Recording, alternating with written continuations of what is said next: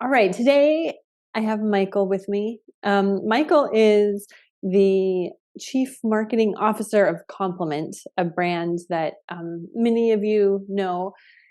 Complement makes amazing supplements for plant-based eaters, which is awesome. I've been taking them for a long time and they're amazing. Michael also does work for No Meat Athlete as well. Today we're here to talk about sobriety because that's something that Michael and I have in common. And so and it's something that's important to our community as well. So Michael, thanks for coming on and doing this with me. I'm super stoked to talk with you a little bit more about your sober journey and just sort of noodle with each other about being clean and sober and eating lots of plants. Cool. I'm super happy to be here with you tonight on this magical Friday where we're not going to be drinking and we're going to be talking about how we live our sober lives. So I'm really, really grateful to be here. Yeah, a Friday night without drinking. That to me was something I there was a time where I couldn't even conceive that that was even a possibility. I Yeah. mean, any night really. It was like, I don't know about you, but I remember it was like a New Year's Eve party. And I went to this party and people, like I was talking to people and they're like, yeah, it's New Year's Eve. I'm just really going to live it up. I'm going to have a good time. This only happens once a year. Like, this is really the time to, and I was thinking, isn't that every night? Like, I think we called it amateur night when the people that don't normally go out. So it's just everyone instead of the people that go out every day like we did. yeah. Uh, Yeah. Yeah. So here's to a sober Friday and a Saturday morning with no hangovers, which for me never, ever, ever gets old. It's the best to wake up feeling refreshed. if you would have asked me what my favorite night of the week was when I was sober, before I got sober, it would have never been Friday night, but it is Friday night after a long week of work, of passionate work. I really look forward to my Friday nights that are usually centered around some sort of amazing plant-based dinner, sometimes by myself, usually some sort of spa, Mm. hanging out with friends. I love my Friday nights and even more of my Saturday mornings. But yeah. Ooh, okay. I want to get into all of this because I want to talk about like, yeah, what do we do now that we don't drink? Because it seems like, I mean, and I don't know about you or for any of our listeners out there, but I realized when I quit drinking, like how much time I spent on consumption of poison to my body. I spent so much time on it and so much money on it. So I want to talk about like what we do with our time. But first, I just want to kind of, and I know that you're transparent about your like sobriety journey. So can you first just talk a little bit about your story and whatever you feel comfortable sharing? Sure. Um, yeah, so I'll try to kind of keep it to bullet points. But my story is I do consider myself an alcoholic now, a sober alcoholic, a recovered alcoholic, an addict. But it wasn't always that way. Um, it started off, it was very progressive for me where it happened over time. But it was like a career of 15 years of, I was never a daily drinker. Um, at the end, I did get addicted to opiates, which is what woke me up because that was such a physical addiction that it woke me up, and I needed to really address that. And then it forced me to understand all the other deeper things that were going on with everything else. But over that span of like 15 years, I was, it mainly started in college and then my whole life revolved around drinking everything. I when I wasn't drinking, I was looking forward to it the next weekend. So I was like a big like weekend warrior where my weekends would start on Thursday usually. I would barely show up to the office on Friday. If I was there, it wasn't connected at all. And then that would continue through from Friday to Sunday. And then I would stop for 3 or 4 days and then repeat the cycle over and over and over and over again. That's what I did living in the city of Chicago for a good decade. I was a hardcore, like just work hard, party hard kind of city boy, because that's what you want to call Mhm. it. And um, but I never truly felt connected when I was sober. And a lot of times I wasn't necessarily like sober. I would like, lean on cannabis during the week when I wasn't drinking, and or some sort of pharmaceutical, like if I was having anxiety, I had a solution for that. It was called Xanax, right? If I was needed to go to sleep, that's when I would like smoke cannabis, or so it was like it wasn't like I was always on something for the span of 15 years, but especially at the end, that's where it got. But my solution was always something external, and it was usually a pill or a drink. And but when I got sober, I realized that I was I just remember how it felt when I would, be living in my life, right? When I was drinking, and I was never present, and I didn't realize this until after, till I got sober. But what alcohol and drugs did for me was it brought me to the present moment. That's what it did. Essentially, I was constantly future tripping. I was anxious about the future, whether that was finances or relationships, or things I didn't have yet, or whatever. Stress about job. I was always anxious. But then I also had this like deep fear of the past, which usually was anger or resentment towards friends or family that were like deep in me that I didn't even know was there. And when I would take a drink, it would all go away. It would all go away. And that's why it felt so good, because it all of a sudden just planted me in the present moment. And now I could be myself, right? So essentially, drugs and alcohol were the solution to my problem. Was that I couldn't be comfortable in the present moment without it. And so, like a lot of people talk about, how drinking was their problem, but that wasn't my story. Drinking was my solution to a deeper problem that was deep within me. And then once that solution stopped working, years down the road, when I was drinking too much, I was drugging too much, and then I eventually got addicted to opiates. That was what woke me up and realized that my problem wasn't drinking. It was internal. I needed to do the deeper work to figure out what that was. Um, so yeah, that's kind of the summary. It's progressive for me, and come from a very work hard, party hard type of kind of just story, like a typical story that you would see of someone living in a major city in Chicago, at least that, or in the USA, at least the type of people that I had known at the time. I didn't realize that there was this whole underground wellness community and sober community that was thriving underneath the surface. I only knew what I saw. And so I was definitely very, very scared of what life would look like sober, because my identity was everything. Like I was the party guy. I wasn't the drunk guy in the corner that was blacked out. That wasn't my story at all.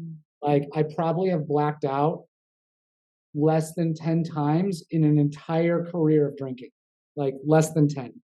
Um, and so it wasn't necessarily about that. It was like I wasn't the guy that everyone was pointing at. I did, you know, go on benders and do that kind of stuff, but I wasn't the one that was like, oh my God, you have a serious problem, right? Um, and so yeah, that was my kind of like the high level version of my story, and like kind of how I drank. Yeah. Wow. Like, holy shit. That is really, really powerful.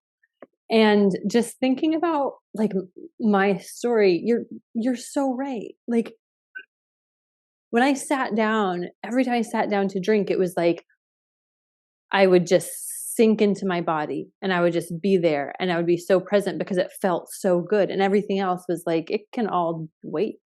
I can deal with all this tomorrow. I'm not going to worry about any of it because I'm right here. And I've never heard it put that way before. And so that just like blew my mind. I can relate so much, but I really like I've never thought about it in that way. So I was like having goosebumps as you were talking because that's so fucking right on. That is it, and that's why it was so hard to quit too, right? So thank you for sharing that. That's yeah, that's really really powerful. That aha moment for me came in a rehabilitation center, well, actually a recovery home, and that I had elected to go in because I needed it, and it was the best thing I ever did. I don't ever want to do it again, but it was the best decision I ever made. And someone gave me the book, The Power of Now, Mhm. and I was reading it, and I was like, because that book is all about being present, and I was like, oh my God, I was like, I drank and I drug to find the present moment. So if I can just figure out how to find it sober, then I've won. Right. And so that was where the mission was like, okay. And I didn't know how to do it at that time, but I'm like, all right, now how do I live more proactively in the present moment? Of course, I'm not always in the present moment. Like that's ridiculous to even claim that. But the awareness of how I craft my days or my wellness or the things that I do, is the general principle is to get me there, whether it's yoga, whether it's meditation, whether it's cold plunges, whether it's extreme sports. Extreme athletes love those sports because it forces them, they have no choice but to be in the present moment or they will die.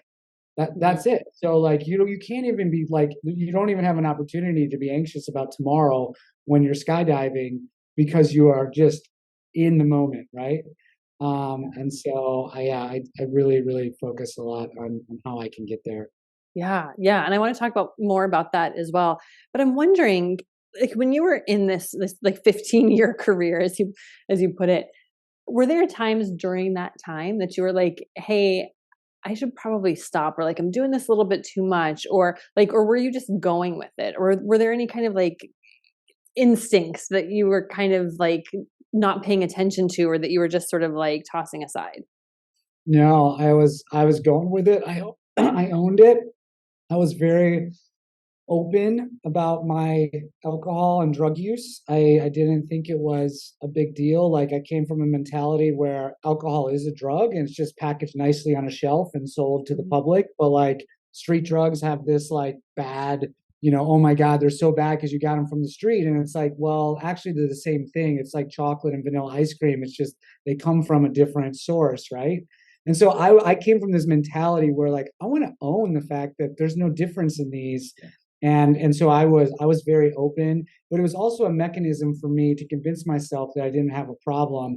I would own the fact that every weekend I know I'm going on a bender, and so then I wouldn't feel guilty about it, right? And then I Mhm. look back and it was just a mechanism for me because I knew that I probably knew deep down that I didn't know how to live without it. And so I'm not gonna lie, like there isn't I don't have a story of right when I started drinking and doing, extracurricular activities, that it was just horrible. Like I have a lot of really amazing moments at music festivals, Mhm. on boats with friends.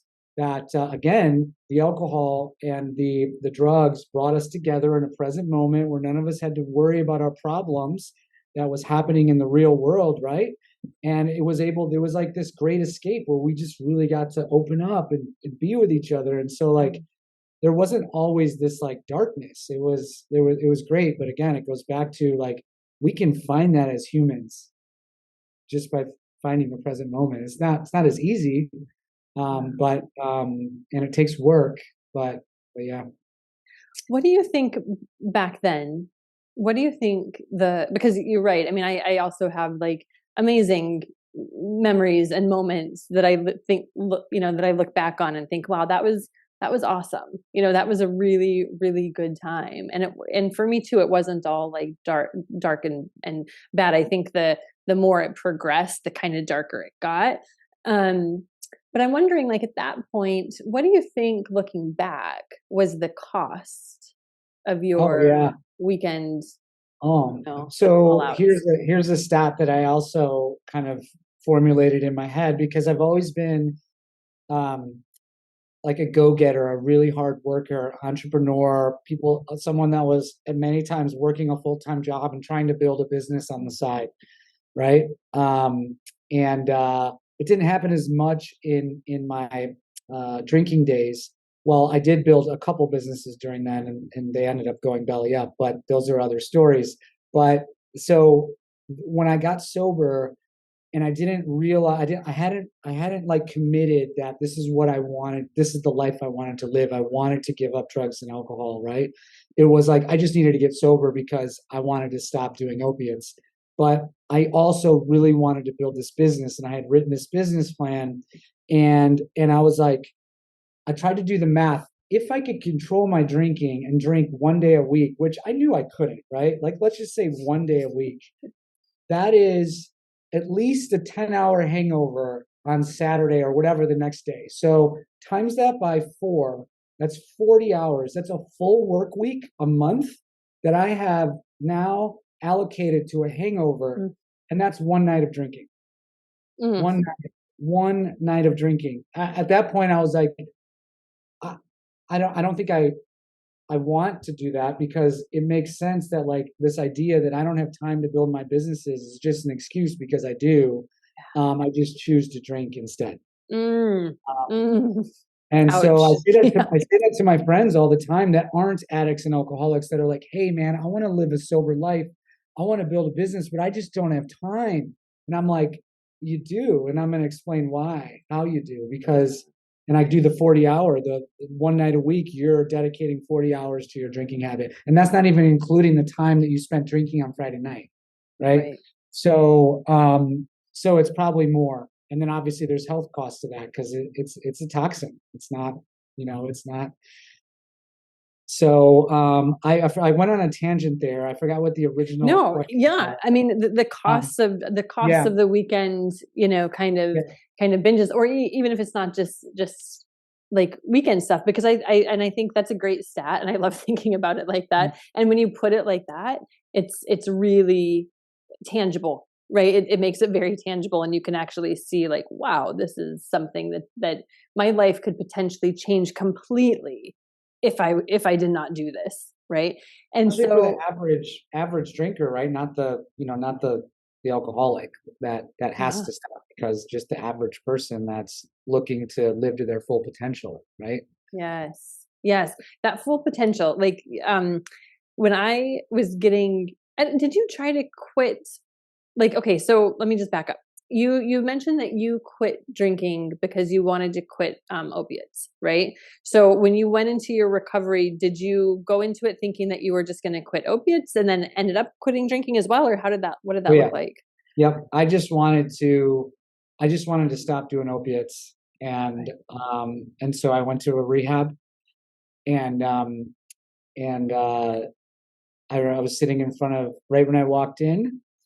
Um, it was a rehab that my brother found for me. So I had no idea, if it was going to be 12. I didn't even know what the 12 steps were. I didn't know what recovery was, because I didn't ever tried or even considered that I needed to get sober, because I could keep my head above water.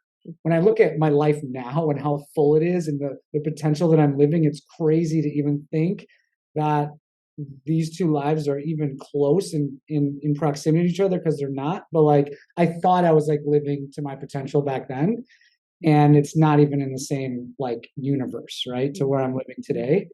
And but I didn't know that. And I sat down, and this guy that was tatted, that had been sober for like 20 years, and he looks at me, he's like, do you know why you're here? And I was like, because I have an opiate problem. And he's like, no, you have a spiritual, a mental, and emotional problem. That's why you're here. And opiates Mm. are just how you solve that. So we're gonna help you solve the real problem. And it just like hit me in the face. And I was like, whoa, I was like not expecting that. And what I'm so grateful for is like something bigger than me. And I'm not like religious, but something bigger than me, like, and maybe I was just ready to listen, but like I listened. I was like, okay, like somehow that like made sense, because the gift of desperation. Like it's a gift where it's like you'll do anything to not feel that way anymore.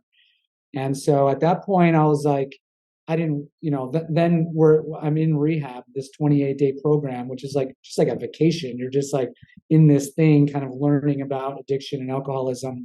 But most of the time that I was in there, I was like, you know what? I don't want to give up alcohol, or I don't want to give up MDMA, or I don't want to give up cocaine. I'm not ready to do that yet, right?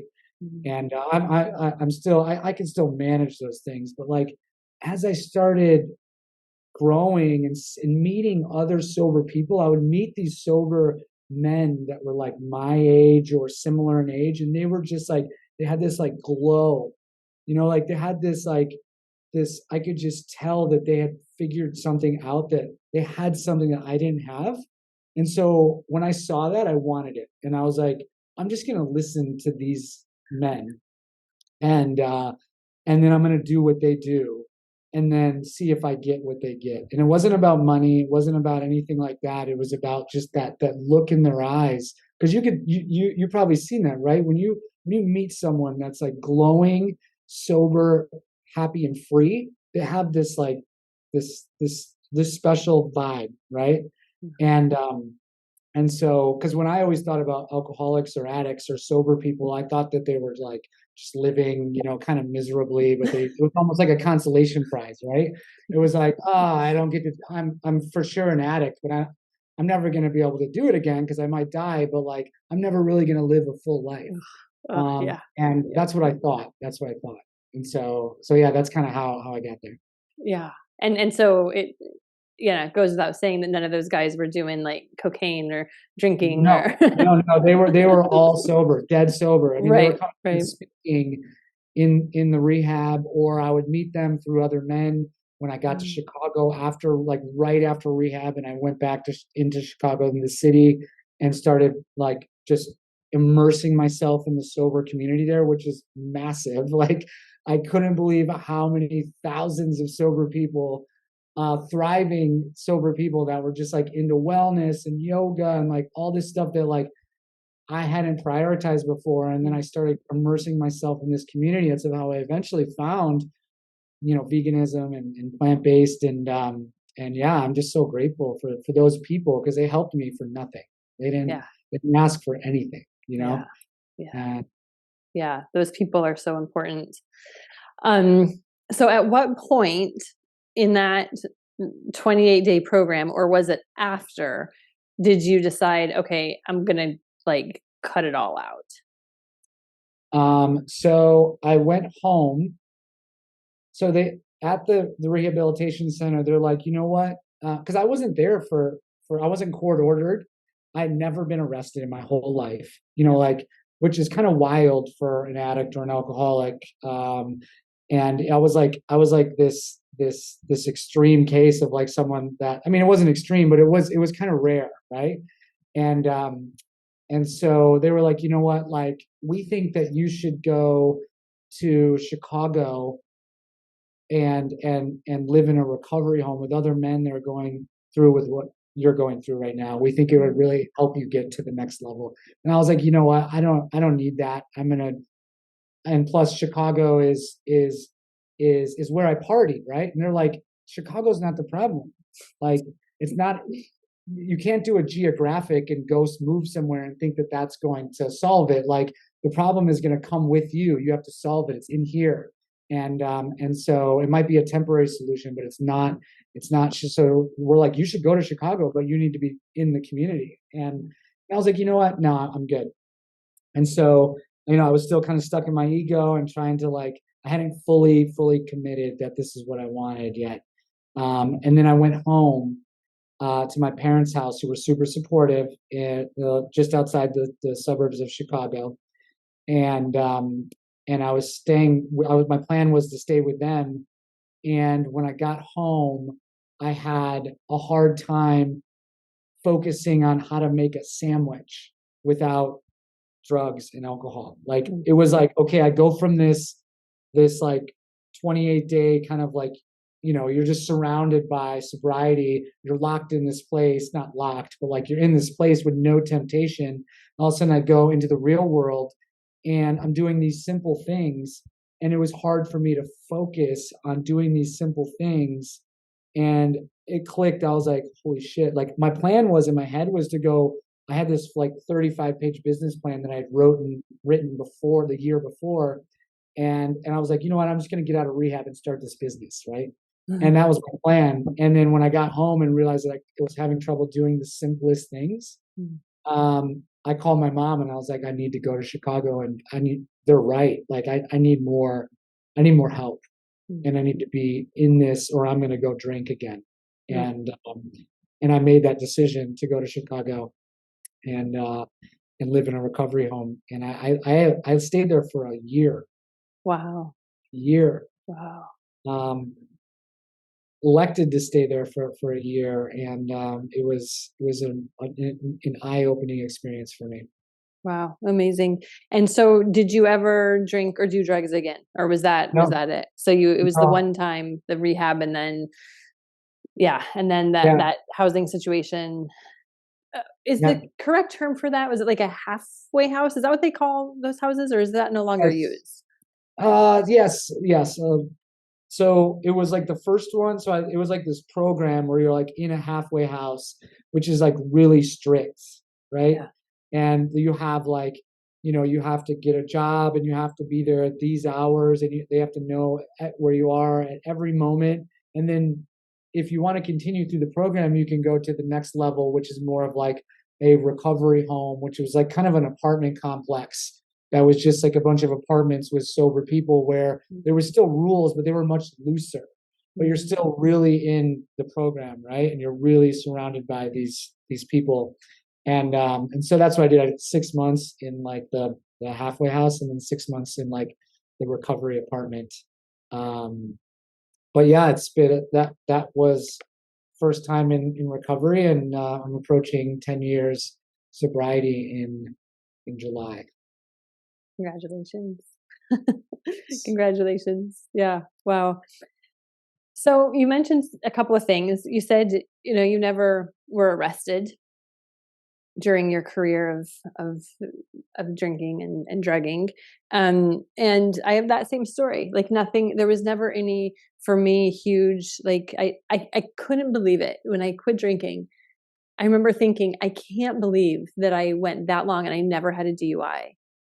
Because I would like to say that like, oh, I never drove while I was drunk, towards the end I didn't, but there would be plenty of times, especially when I was younger, that I drove really fucking drunk. And it's not something that I'm proud of, but I couldn't believe that I never like got in any like legal trouble because of my lifestyle back then. I was shocked. It's like, wow, I made it. Cause I always expected that something like bad would happen. And then I was like, well, fuck it. I'll deal with it when it happens. But I was like, wow, I made it, right? Like I made it in one piece and made it without like a record or hurting anybody else or, and the other thing that you said is, you had this idea of, being sober and like, yeah, I'm sober because I have to be, but like life is horrible and it sucks and it's very boring. And like, I'm doing this because it needs to happen, but I'm not really enjoying myself. Like that idea. And it was the same way. Like I knew that I needed to drink. And I knew I was one of those people that just couldn't drink in moderation. I had tried many times to quit. It never worked. And I was like, okay, I got the memo that I just can't drink. And I thought, okay, I'm going to do this because I felt very, like empty, like spiritually bankrupt is how I felt. And I felt very, weak, like emotionally, like I just felt like a strong wind would kind of like knock me over. Like I just felt so fragile. And so, okay, it was like, I'm going to do this, but life is never going to be the same. And I'm going to have the most boring, horribly, like I'm just going to be getting by, because I thought you couldn't live a full life without drinking. You couldn't have fun without drinking. You couldn't have an interesting conversation without drinking. Like all of the things that I knew and that I loved, and smoking too, because I was a smoker. And I just thought, well, life as I know it is over, and the joy is gone. And I was convinced that I was never going to have fun again, that I would never laugh again. Um, and so I'm wondering, like, for you, how long did it take from the time you were sober to the time that you really found yourself really like enjoying life? Was that a bit of a process or did that happen right away? Mhm. So it's a great question. And there was moments. So I think why I listened in the beginning and pretty much like after got out of my way of my ego when I wanted to go home with my parents and instead went to Chicago. But part of that was because I remember being in rehab and even in the recovery home and belly laughing like I never laughed before with other men, right? Like having this like connection and these belly laughs because I hadn't belly laughed like that in like years, right? Like especially at the end. And so I remember feeling that. And then I went to a wedding at like 60 days sober. One of my best friends was getting married to one of my best friend's sisters, and I knew that I wasn't going to drink. I wasn't worried about that, but I was worried about I was going to have fun. That was the thing, like you just said, right? And I had so much fun.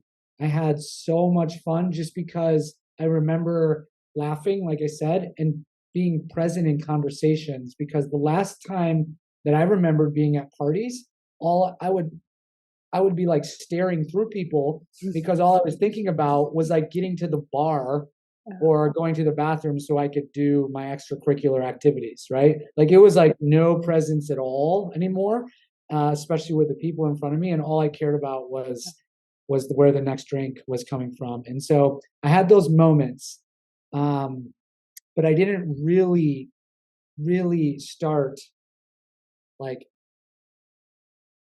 feeling that immense joy on a regular basis until I worked the 12 steps for me. So I was sober for like 6 months, going to meetings every single day, which was amazing. And just getting immersed in that community because community is such a huge part of sobriety. And because I'd lost that at the end.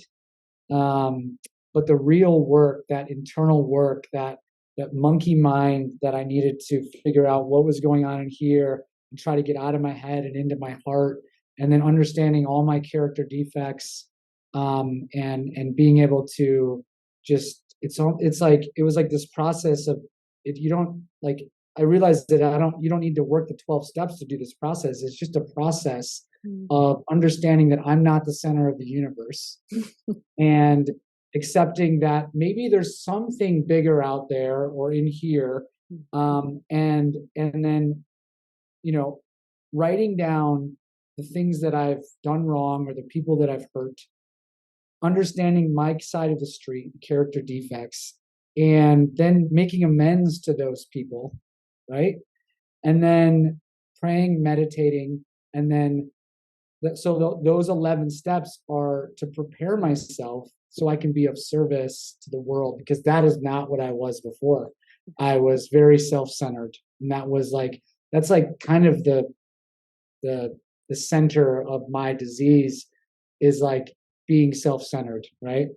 And now I've learned that I can't live that way, and I shouldn't live that way, so it was through that process where I was really able, and like at that point, once I got through that kind of those steps with my sponsor or guru or mentor, whatever you want to call them, that the the obsession to drink and to drug left me. That doesn't mean it doesn't manifest in other ways. Like life still throws me curveballs all the time. Just because I'm sober doesn't mean that it's easy. Um, and my addiction can manifest in other ways with sugar sometimes, or scrolling endlessly on my phone. I have to pay attention to that. And so, but the awareness around it is what I'm blessed with today, and I have the tools in order to deal with it. I have the tools of meditation. I have the tools of taking my own inventory, and a lot of times when I'm at work, I might act out as a leader. I like to think of myself as a servant leader, right? But I'm not always perfect in that way. And But today I'm able to, like, before I go to bed, I'm able to look back at my day, which I never used to do before, and take my own inventory and be like, how could I have been better today? And then if I've reacted to something in the moment at work with someone on our team, I'm able to like approach them and be like, you know what? That wasn't right. Like I made a mistake, and that wasn't great of me to do that. And I can do that today. I wasn't able to do that before. That stuff just sat in me forever. And then it would just manifest in other ways, and then I would have to drink again in order for it to go away. And it was just a perpetual cycle of like not being able to deal and understand with my emotions, what's going on in my head, um, being selfless, serving others. Yeah. So Yeah, which really makes sense then why when people get sober, our life changes. And not just one aspect of our life, but for me, my entire life changed. I mean, you were talking about earlier saying like my life now, my life then, it's not even in the same like, universe. And I mean, it's the same thing, but that's because when you quit doing whatever it is that whether it's alcohol or drugs, when you quit, I mean, that's one part of it. But what happens after that, that's the stuff. Like that's the gold that will like, change lives, and also is always like it never stops, right? Once you're on that path, I don't think that it ever stops.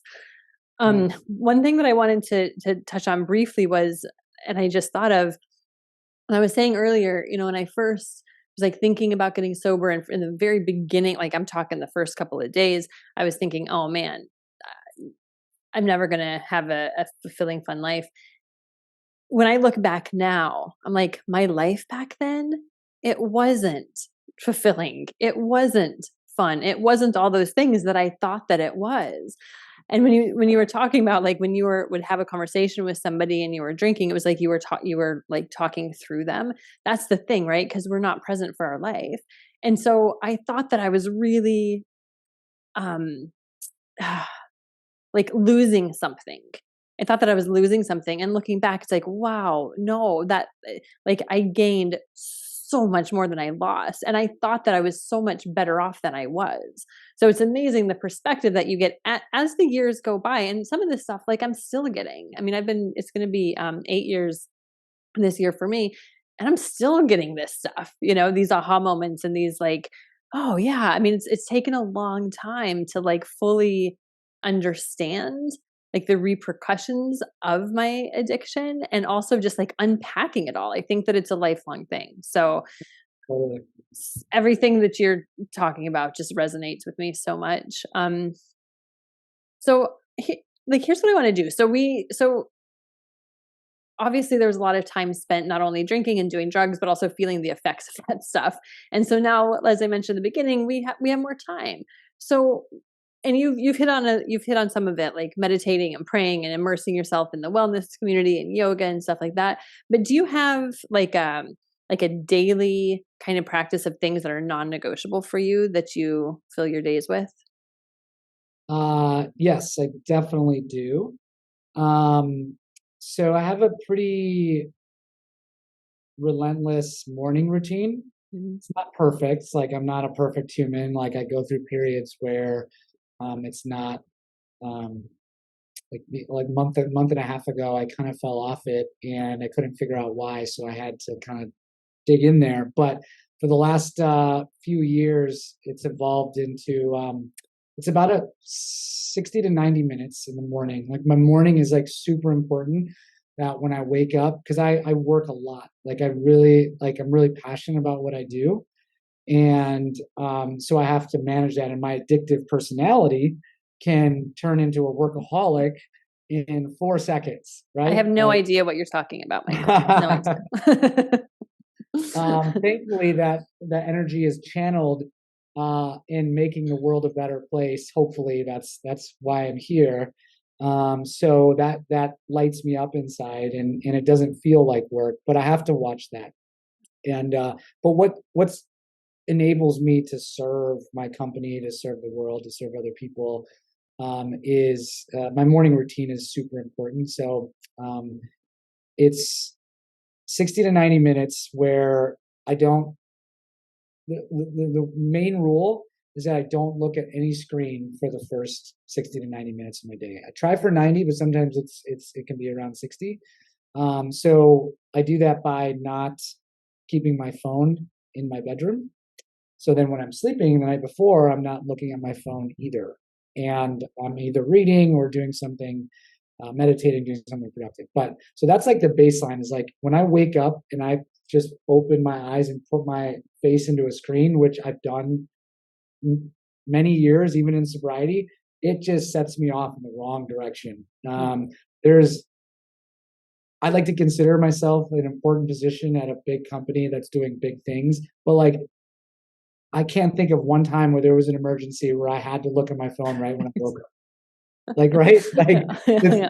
like if someone needs to get a hold of me, they're gonna call, and I'm gonna know like there's gonna be an emergency. So, I have to convince myself that a lot. But so I do tongue scraping. I get the gunk off my tongue, brush my teeth, and then I go straight to my roof deck where I like to see the sunrise every morning. So I time my wake when the sun is rising. So I get up there right when there's first light, and then I do like 5 minutes of stretching.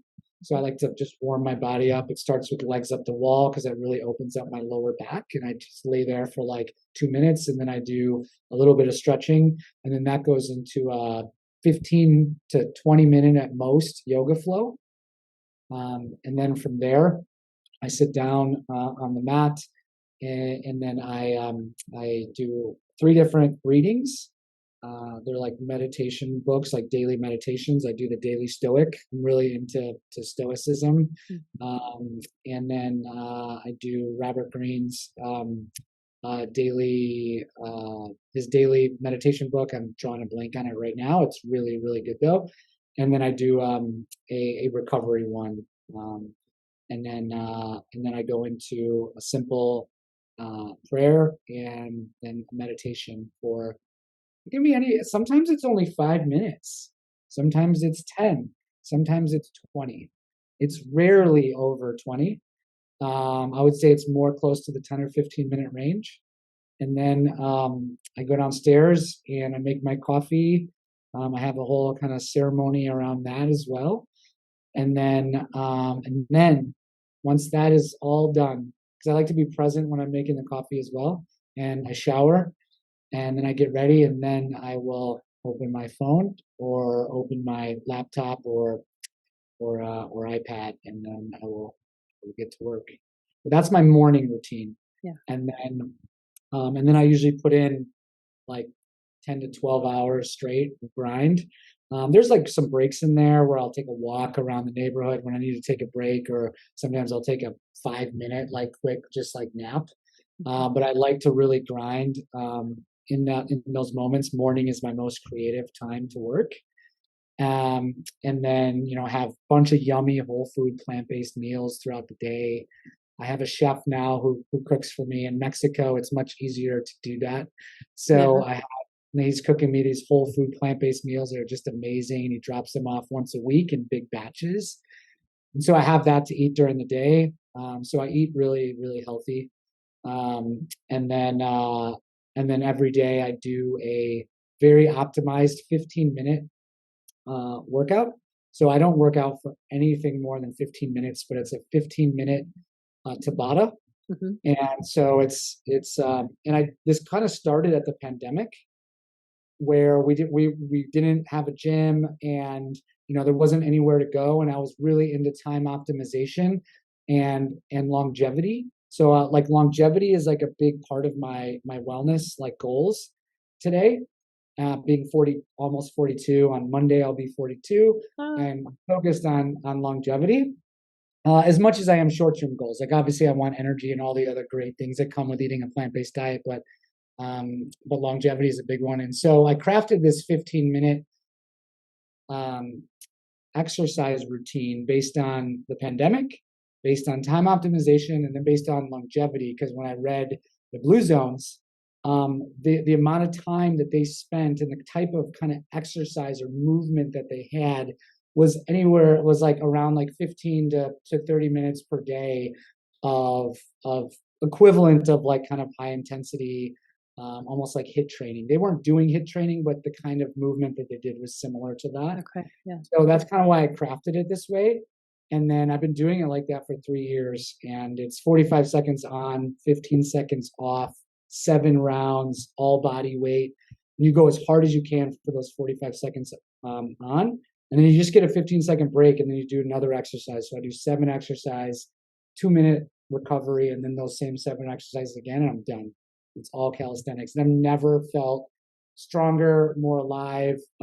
It's like this awesome combination of like of cardio and strength, and it's just a burst. And then I go do my favorite thing of the day, which after that is a daily hot and cold therapy, which is sauna, steam, and cold plunge. And so I go to a spa to do that every single day after my workout, and then I usually have a dinner and or go to a meeting, like the 12-step meeting. Yeah. Still do those somewhat regularly. Like I don't do them 7 days a week like I used to, but I'm very immersed in the community here in Playa del Carmen. There's a big recovery community, which I would have never known in my other life, but it's massive here. And when people think of Playa del Carmen, they're like, how do you not party there? And I'm like, well, actually, there's this whole other world here too, right? And then I come home, and I don't have like a really strict evening routine. I'm usually gassed by the time I get home, and then I read for 15 minutes, and then I hit the pillow, and my sleep is like, it's like butter. Like I cannot explain how my sleep has changed since I got sober. Like I didn't know what real sleep was like, and I sleep 8 hours. I get 7 to 8 hours every single night. I don't get up at 3:30 or 4 a.m. Like a lot of like entrepreneurs or, Elon Musk or whatever. Like I don't do that. I go to bed at 10 and I wake up at 6 and start my day.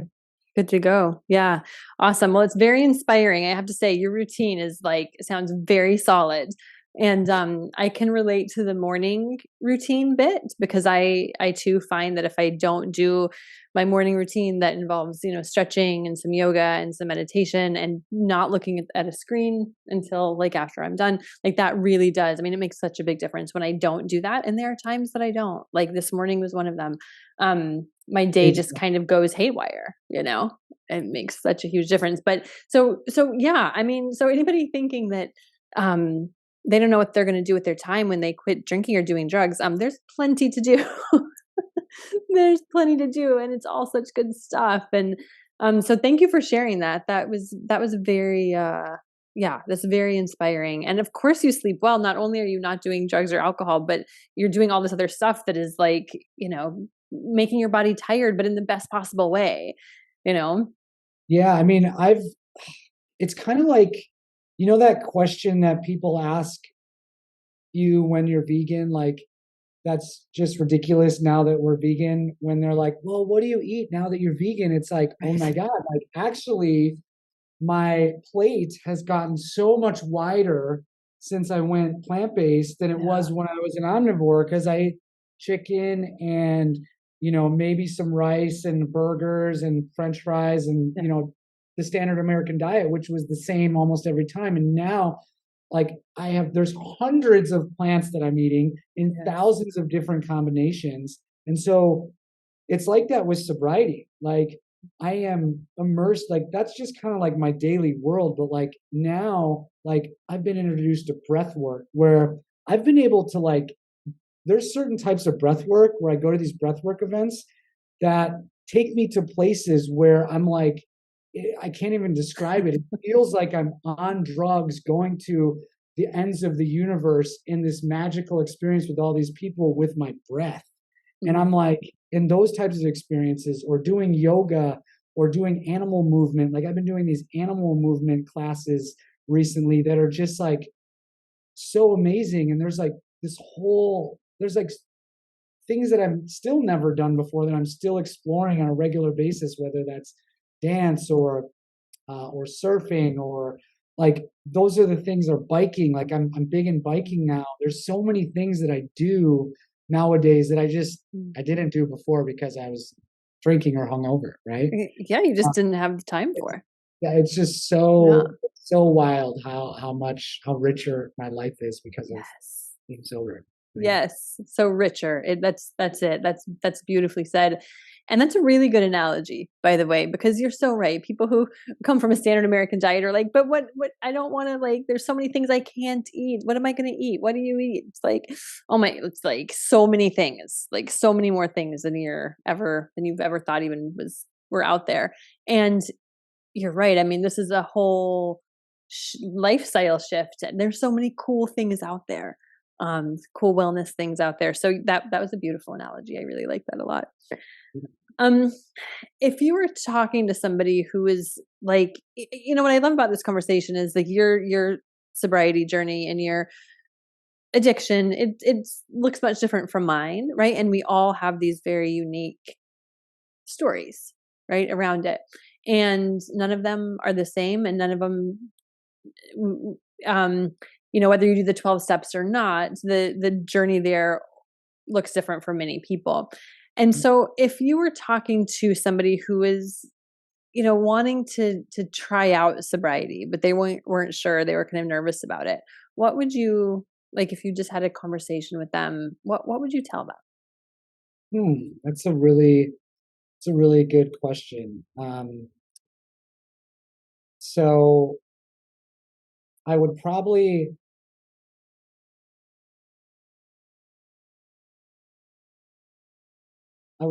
ask them, I would get to the core of like what it is that that they love, right? Like, I trying to figure out what they like to do. And I would also be introducing them to different communities, because that was a huge part of my sobriety, like irrelevant of the 12 steps, was like being around people that were living the life that I wanted to live. And so it doesn't necessarily have to be AA meetings. It doesn't, like there's a lot of places where you can find people that are really into wellness and sobriety. And so that's probably where I would direct them first. But I would also, I also think that there's an element of, even if you're not an addict or an alcoholic, of there's something in here, right, that is uneasy, that is ultimately why drinking feels so good, right? Mm. And so figuring that out, like, so that is meditation, that is maybe prayer, that is working with a therapist or a guru or someone to help keep you accountable, because that was a huge thing for me, was accountability, Mm. because isolation is not the solution. That is Mm. actually the problem. And so finding a way to make sure that there is someone that you're working with that can keep you accountable, because that was so important for me. It was Mm. really, really important for me. And even if you're just the average, drinker that has a few drinks a week, but you can't seem to kick it, um, having someone in your corner that can be that person, I think is super important. Yeah. Yeah. I love it. Yeah. That's great. So, in wrapping up, because I know it's been almost an hour. How is that even possible? So good. So, in wrapping up, like and I know that now I mean, not only do you not drink and you don't do drugs and you're like super into wellness, but you're also like whole food plant based, right? So, I'm kind of curious, like how eating a whole food plant based diet, how that has do you think that has helped your overall recovery? Like, has that played a role, or do you kind of consider that part of the overall lifestyle rehaul that happened after you were sober? Totally. Like, it is just one of those things where, eating a whole food plant-based diet was completely different than anything. I grew up in a meat and potatoes Midwestern family. We would drink glasses of milk with like big plates of spaghetti with meat sauce, right? Like it's just so wild to me. Like drinking a glass of milk is so crazy to me now, but it was so normal, right? Mm. And that's what I did for 32 years, 30, well, no, sorry, 35 years, 34 years. I'm going to be 8 years vegan in May. Um, so I viewed it as, okay, I got all this time now that I'm sober, right? Let's look at this as a journey, as something new that I get to experience, not this chore, right? Because it was a lot of work in the beginning to figure out how to grocery shop, how to do these things, and so it was like this really important kind of filler of my time was researching, following new people, learning new recipes, how to grocery shop, how to order at restaurants. It was just like this big thing that became a part of my life. And of course, the health benefits of just feeling super connected every single time I eat a meal, Mm. is a huge part of my journey. And like you mentioned before, like part of my journey was I was spiritually bankrupt, and the plant-based vegan lifestyle aligns me to a spiritual aspect of eating, right? Mm. And so it's bigger than just me. Like this isn't it did start off as a health thing for me. No lie, it was a selfish, like I want to eat the healthiest diet possible. And I found my way to plant-based, even though I was open to keto, I was open to paleo, I was researching all of them, but I found plant-based because longevity was my goal. Mm-hmm. And then once I got there, that's when everything started connecting. Like, oh my God, like the planet, sustainability, the animals. Like, if I'm really living a selfless life, how could I perpetuate that? You know? And then it just clicked. Like, oh my God, there's a no-brainer, right? Like um, but yeah, it's a huge part of my wellness and sobriety journey is being plant-based and vegan. I consider myself a vegan. Like I don't buy any products that have anything to do with animal cruelty. Yeah. Yeah. And it's your life too. And you work in this realm and you're passionate about Yeah, this. And like what a beautiful journey you've had that now it's like I feel like our whole journey of um life really is all about like connecting to ourselves and yeah, living like the truest version of ourselves. And for me, when I was drinking and smoking and eating like crap, I mean, I couldn't get there. yeah. The truest version of myself was like the potential was there, but there's no way that I could have gotten there if I continued on with that. So for me, it's like the best choice I ever made. And it sounds like for you, it was a pretty damn important choice as well. So hats Yeah, off. well, I wouldn't be here having this conversation with you if I wasn't sober and plant-based. Mm. It it I had an existential crisis like 5 years being sober. It was like my life was at 5 years sober, like my life was really starting to take off. Like big things were happening. I was moving up at this company. Like it was one of those things where it was like, wow, my life is starting to get full. I'm starting to make this money, and man, I've never felt this great before. But I'm also helping companies sell cheeseburgers. And now Mm. I'm, and I was like, oh my God, wait, now I got to make a different move. And because I was, I had so much trust in the universe, God, the source, Pachamama, whatever you want to call it. At that time, I was ready to do whatever it took to find my way into doing marketing for something that I believed in, period. Like that's what I was like, wait, no, I got to do this for. And then that's when I quit my job in Chicago, left for this Latin American tour.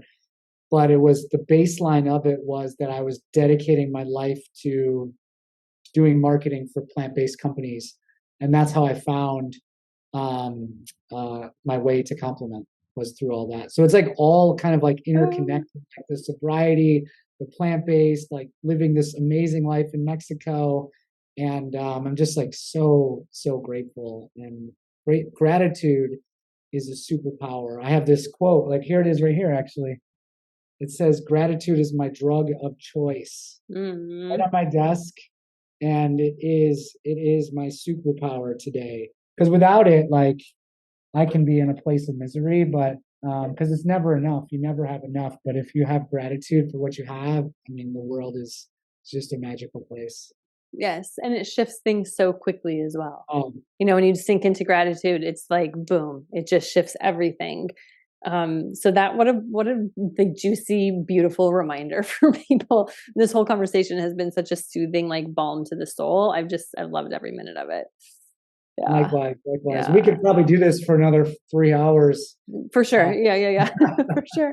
Yeah, I have so many stories. You were saying like, I just trust I you had so much trust in the universe or, God or whatever anybody wants to call it, but it's so amazing how when you do have that trust, it's like how life unfolds for you.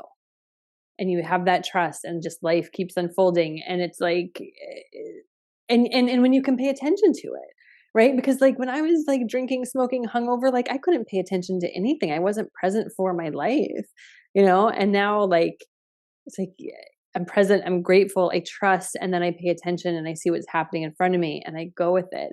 And that really it's so the natural unfolding of life. What a beautiful thing to witness and to be a part of.